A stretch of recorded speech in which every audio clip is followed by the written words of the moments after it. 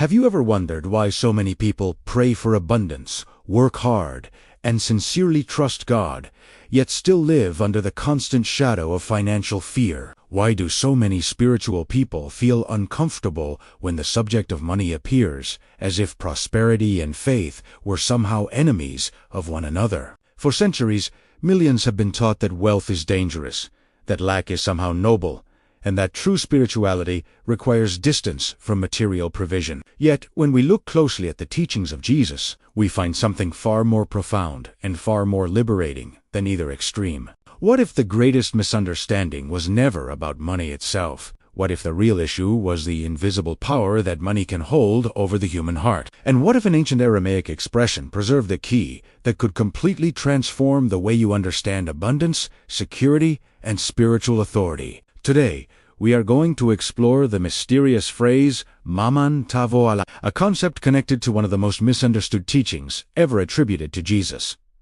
Most people have heard sermons about mammon, but very few have examined what stood behind the word itself. As we journey deeper into this ancient wisdom, you may discover that Jesus was not teaching people to fear money. He was teaching them how to become free from its control. And by the end of this message, you may never look at prosperity, provision, or spiritual freedom in the same way again. The modern world presents people with two powerful and opposing messages about money. One message declares that wealth is the ultimate goal of life, promising happiness, security, and significance through accumulation. The other insists that spirituality requires distance from prosperity, creating suspicion toward financial success and material abundance. Caught between these competing beliefs, many sincere seekers find themselves confused. They want to live meaningful spiritual lives, yet they also desire stability, provision, and the ability to care for those they love. This tension creates an inner conflict that often goes unresolved for years. Yet the teachings of Jesus reveal a perspective that stands above both extremes. Rather than glorifying wealth or condemning it, Jesus repeatedly directed attention toward something deeper. His concern was not primarily with possessions themselves, but with the relationship people formed with those possessions. One of the clearest examples appears in the Gospel of Matthew chapter 6, where Jesus teaches that no one can serve two masters. For generations, many interpreted this statement as a warning against wealth itself. However, a closer examination reveals that the focus of the teaching is not ownership, but servitude. A person may possess resources without being controlled by them. A person may experience abundance without placing their identity inside it. The true danger begins when money stops being a useful tool and becomes the source of security, value, and personal worth. This is where the deeper meaning associated with mammon tavo alai begins to emerge. Ancient Aramaic thoughts often emphasized relationships and inner conditions, rather than merely external objects. The issue was never the existence of provision. The issue was allowing provision to become a substitute for trust. Whenever fear dictates financial choices, something subtle begins to happen. Decisions become driven by survival rather than wisdom. Generosity becomes difficult. Creativity becomes restricted. Opportunities are viewed through the lens of anxiety instead of possibility. The warning of Jesus was aimed directly at this condition of the heart. He understood that anything capable of controlling a person's inner world could eventually become a master. Wealth was not the enemy.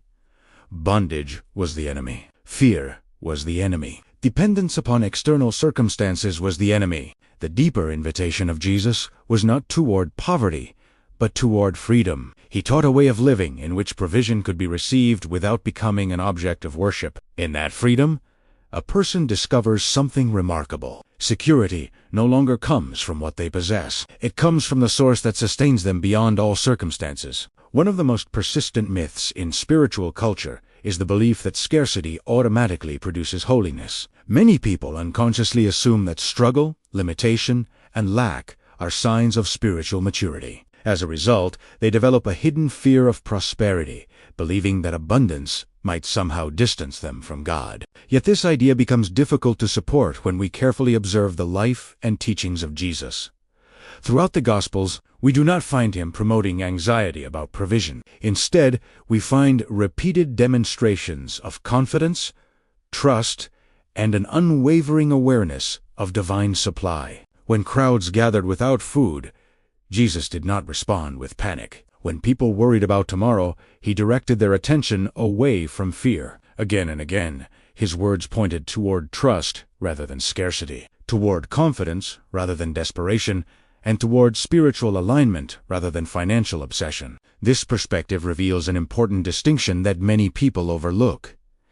The opposite of greed is not poverty. The opposite of greed is freedom. Likewise, the opposite of abundance is not humility.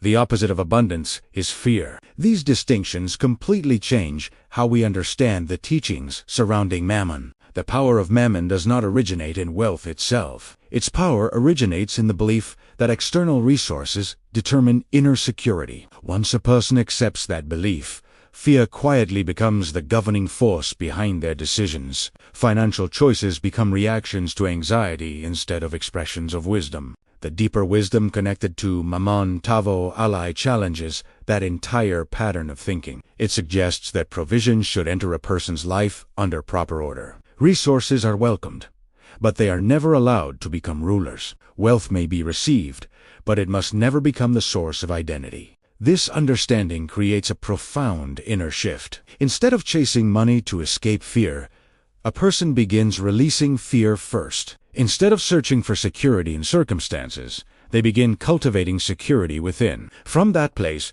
decisions become clearer, relationships become healthier, and opportunities become easier to recognize. Money itself simply magnifies what already exists inside the heart. If fear dominates the inner world, greater resources often produce greater anxiety. But when wisdom, trust, and clarity guide the heart, resources become instruments capable of blessing others and fulfilling meaningful purposes. The true question behind the teaching of Jesus was never how much money a person possessed. The real question was whether the money possessed the person. That distinction may be one of the most important spiritual lessons ever given. And in the next chapter, we will begin uncovering how this ancient understanding can transform the way you approach abundance today. If you made it this far, it means that some part of you is already seeking something beyond information.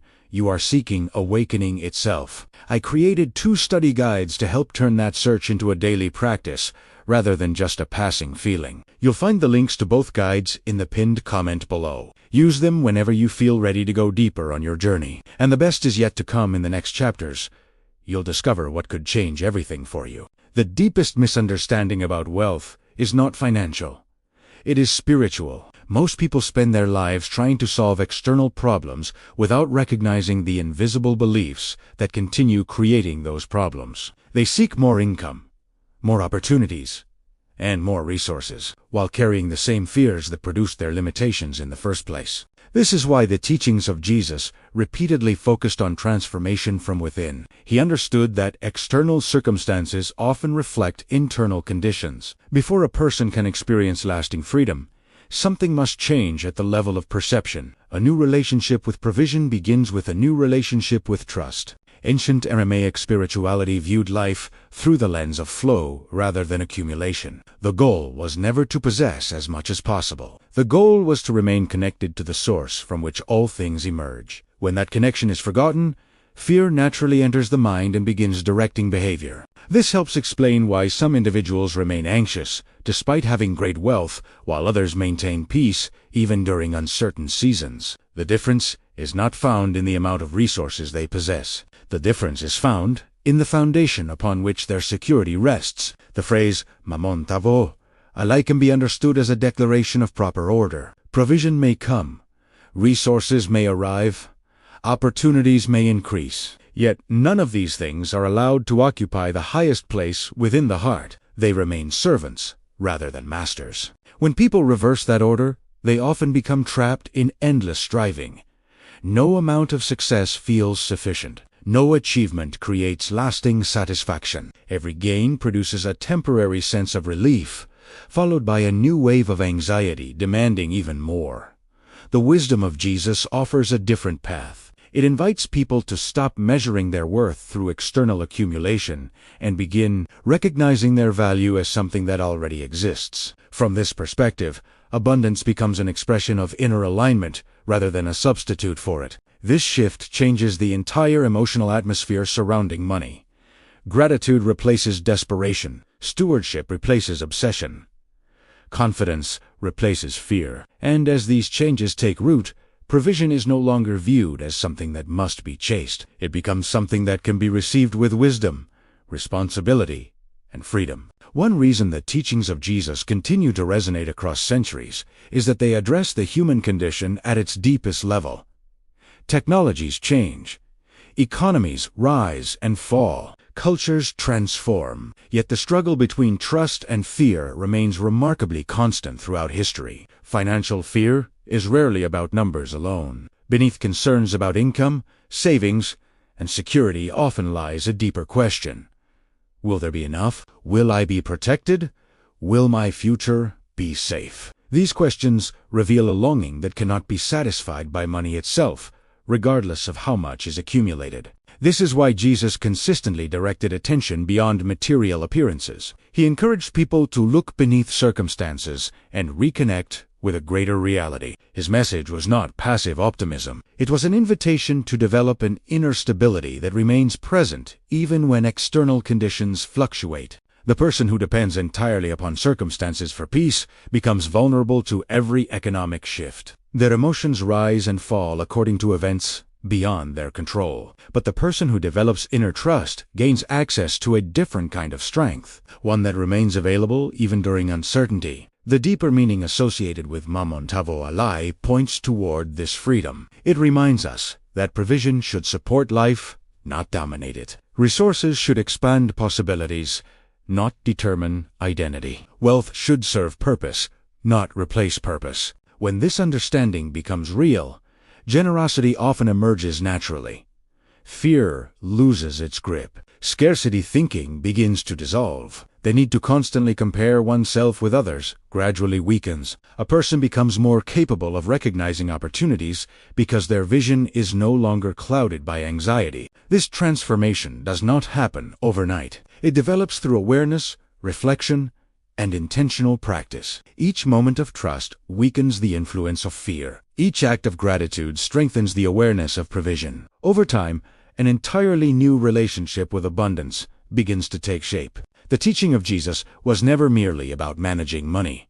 It was about reclaiming inner authority. It was about refusing to allow fear, possessions, or circumstances to define the soul. And it was about remembering that true wealth begins within long before it appears in the visible world. If this teaching is stirring a deep resonance in your heart, it is a sign that your soul is ready to return to its original blueprint. To support you in this transition, my guides explain the layers of meaning behind the first sacred words, offering you a path to clear the interference of the world. The link to access these tools is waiting for you in the pinned comment. As we approach the heart of this teaching, a profound question emerges. If fear is the true power behind mammon, then what happens when fear finally loses its authority? What becomes possible when a person no longer measures life through the lens of scarcity, uncertainty, and constant financial anxiety? The answer begins to appear throughout the life of Jesus. His teachings consistently pointed people away from dependence upon appearances and toward confidence in a deeper reality. He was not asking people to ignore practical responsibilities. He was teaching them to stop allowing fear to become the foundation upon which those responsibilities were built. Most people unknowingly live in reaction mode. They react to bills, react to headlines, react to economic forecasts, and react to uncertainty. Over time, this constant reaction creates an internal environment of tension. Decisions become defensive.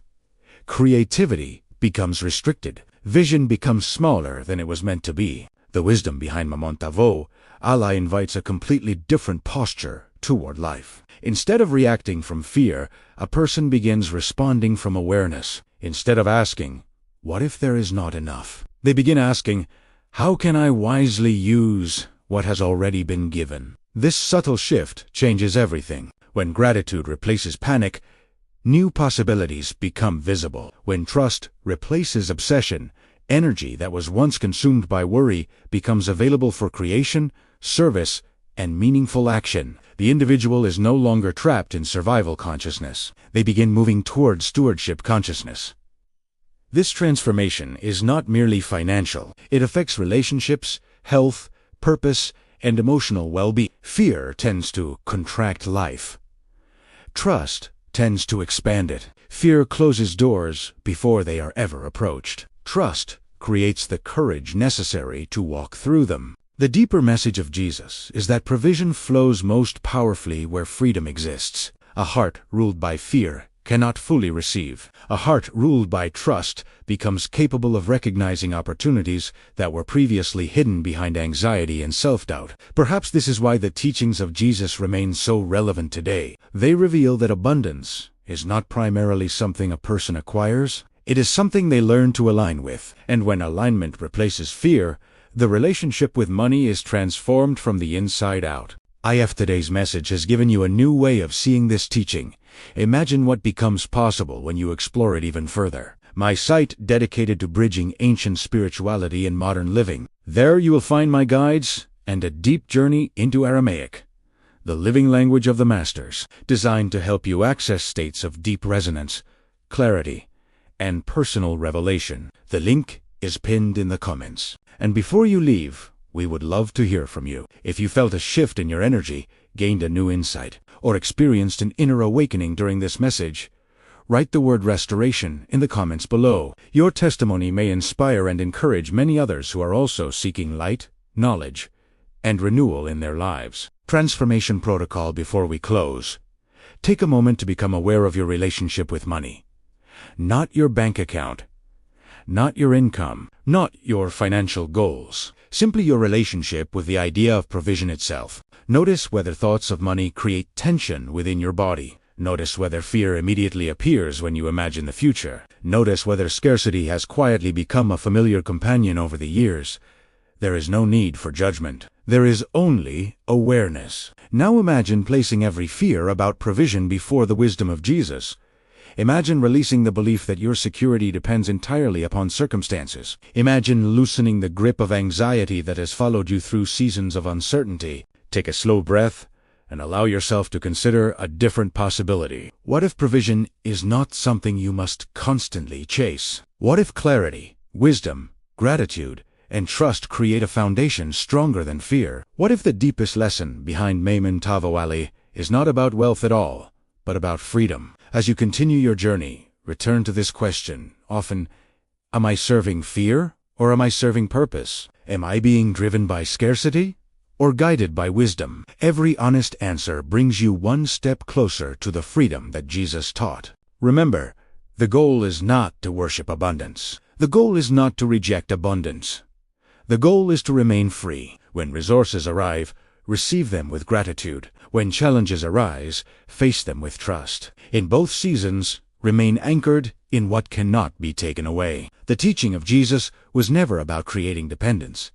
It was about awakening authority. It was about helping people remember that their value does not rise and fall with possessions, circumstances, or public approval. Their value already exists because it originates from a deeper source. We are just scratching the surface of this ancient power. Get ready, because in our next video, I will reveal even deeper Aramaic codes that unlock spiritual authority you've never imagined. Make sure you are subscribed and have notifications turned on so you don't miss this unfolding revelation. And if this teaching found you today, subscribe to this channel. Every week, we go deeper into the ancient frequency codes that were always meant to be yours.